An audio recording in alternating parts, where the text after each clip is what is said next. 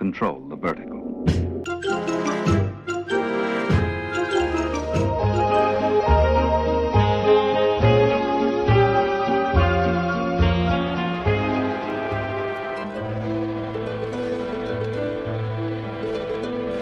Welcome to Anthologic, the TV anthology podcast.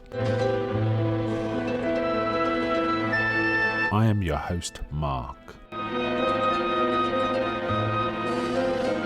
Anthologic is a podcast dedicated to exploring the good, the bad, and the odd of horror, science fiction, and the best of mystery suspense anthology shows and series on TV.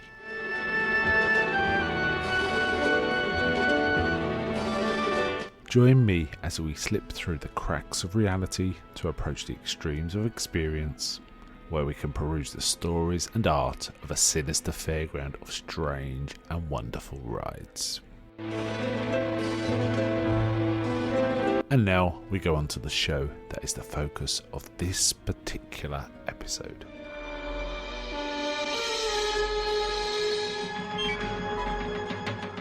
Welcome to this episode of Anthologic with your host Mark. Today we're covering quite an unusual series. It's called Theatre Macabre. It's unusual from where it originated. It's a Polish series dubbed into English. Originally a Polish series, aired from 1971 to 1972. 24 episodes in all, and it aired week to week to week to week. So over 24 weeks, the whole lot unwound. Now, this was a production undertaken by Film Polski, a unit, a film production sort of system that I presume, given it was behind the Iron Curtain, this time was probably a state-sponsored film institution, which kind of what I'm more familiar with some of the films these guys have produced. They produced Polanski's Knife on the Water, for example. The Tin Drum, a great film, which I thought was German, but apparently it's not. But they also produced this series. Now, this series is filmed. It's not videotape. It is filmed, so it's relatively high quality. It's got that kind of European look, which is almost like a very sharp imagery, but the colours are a little washed out. If you've watched Russian cinema this time, say V or something like that, you kind of know what I'm talking about. It's quite a bright, clear-looking film stock, but the colours aren't Technicolor. Let's put it that way. They're not that bright, but they're bright enough. And it's an interesting sounding series because it's horror or horror adjacent or mystery kind of stories. It's an anthology series, so each story is separate, and they adapted a lot of fairly classic pieces of work. Now, the first one, which is the one I'm going to be talking about, wasn't adapted from an existing piece of work. It was written as a new piece of work. However, to give you an example, they've got an episode called The Vampire, based on Tolstoy's The Vampire. They've got an episode based on Edgar Allan Poe's The System of Dr. Tart and Professor Feather, not one of the well-known stories. They've got one called based on Gogol's The Nose. They've got one based on Poe's Telltale Heart. They got works by Robert Louis Stevenson, Oscar Wilde, The Canterville Ghost. That's one. I think there's some M.R. James in there somewhere. Oh yeah, there's Dostoevsky's. There's an adaptation of Dostoevsky's Another Man's Wife and a Husband Under the Bed. And they have got quite a lot of adaptations from Russians or near to Russian kind of authors. Tolstoy, Pushkin, things like that. They've got an adaptation of Wilkie Collins' story, an Ambrose Bierce story, The Boarded Window, and Dumas, Alexander Dumas' The Resurrection of the Offland. So kind of classic stories. Not that well known, a lot of these, but they are singular short stories that are sort of worth spending time. There's also quite a bit of the episodes of new stories, as is the case with First Light. So I would say that I'm certainly interested in possibly taking a look at the ones based on classic story. The Telltale Heart is an obvious one. that might be worth a look. However, in this one, it was a story new called First Love. Now, this is a little unfortunate. This wasn't a great story. It's a bit unfortunate it opened with this.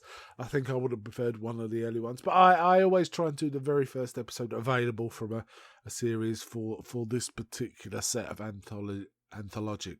This first season, a very, very long first season, but nonetheless, first season at Anthologic really deals with first or earliest episodes available of all anthology shows that fit our criteria. This one is First Love. Now, the entire premise, I mean, it's got a really decent intro, and the entire premise is it's hosted, you know. This is a grand tradition in anthology TV. We know it from Twilight Zone. We know it from Night Gallery and so on.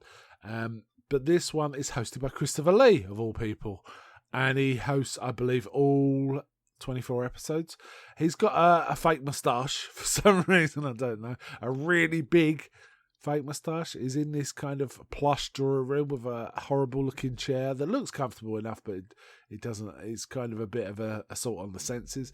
And he kind of walks around this room telling you, it's kind of setting out these stories in fairly vague ways. Now, they're all, apart from one of these, they're all on YouTube. I checked as I'm recording this, all 23 of the 24 are on YouTube, so you can dig this out. And the one I'm talking about today is on YouTube, First Love. It's Polish. None of the actors would be known by anyone in the West. I would suspect mostly not known. And it's dubbed into English. They've got no problem with the actual dubbing acting. I thought it was quite good. They picked their voice actors quite well. But as always, with the translation between dubbing, there's always a mismatch between the mouth and the words, and sometimes quite a bad mismatch. And you always get a kind of degree of separation because the performances aren't in situ and as they're acted. So there's always a slight mismatch there, which always takes you out of it a bit.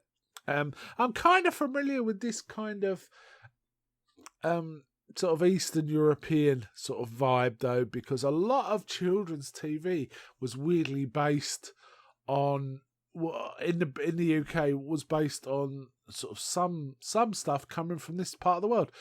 Most famous one, probably The Singing Ringing Tree, which was bananas kind of thing, but it had that kind of vibe. So this one's called First Love. It's a young boy, 15, we're told, called Vladimir. He gets new neighbours, and one of them is called Zinka. The daughter of the new neighbours is called Zinka, and she's a blonde girl who has many admirers. He kind of admires her as well, but when he sees her, he's hunting in the forest and he's laughing, and he sees her with about 5 blokes, and they're coming out, and she sort of sees him, and one of the guys kind of walks up and says it's rude to stare. Vladimir Petrovich, our character, runs away.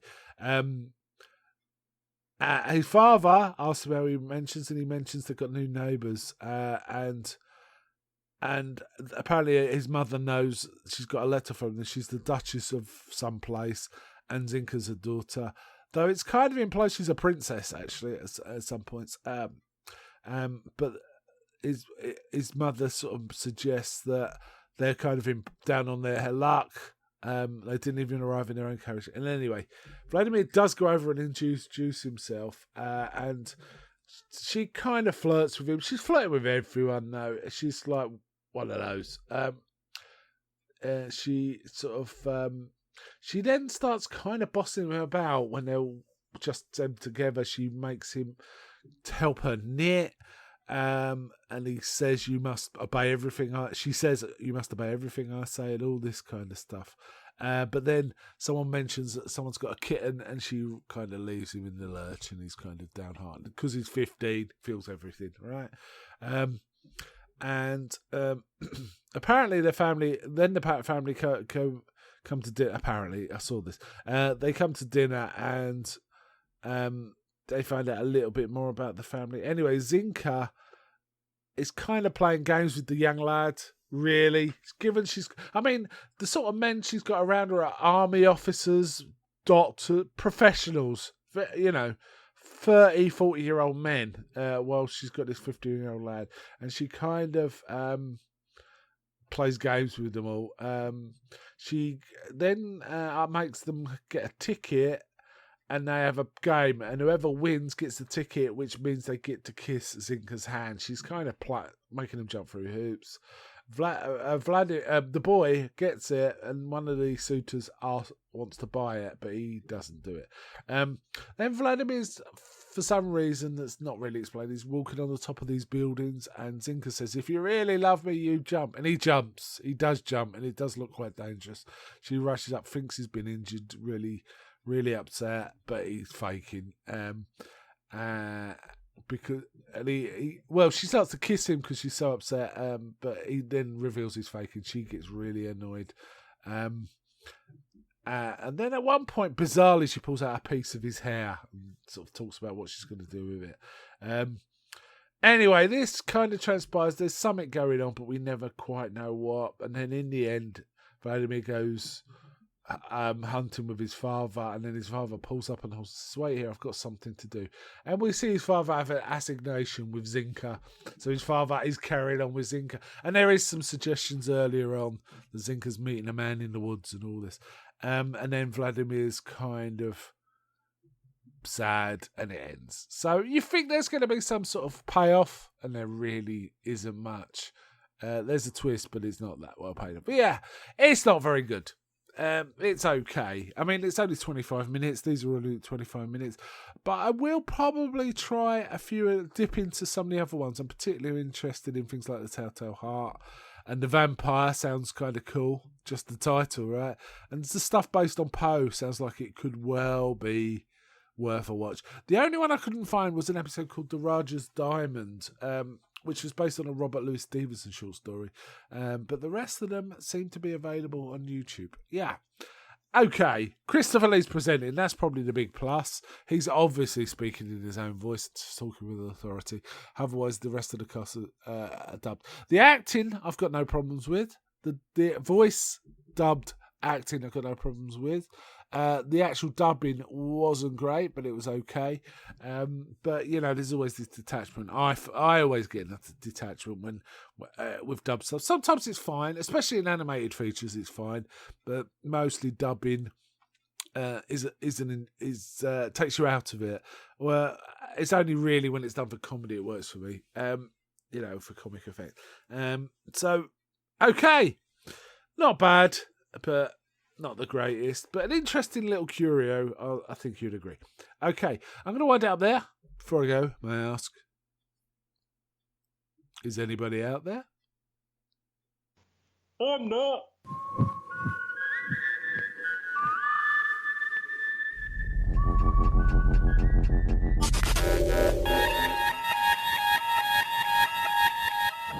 We now return control of your television set to you. Until next week at this same time, when the control voice will take you to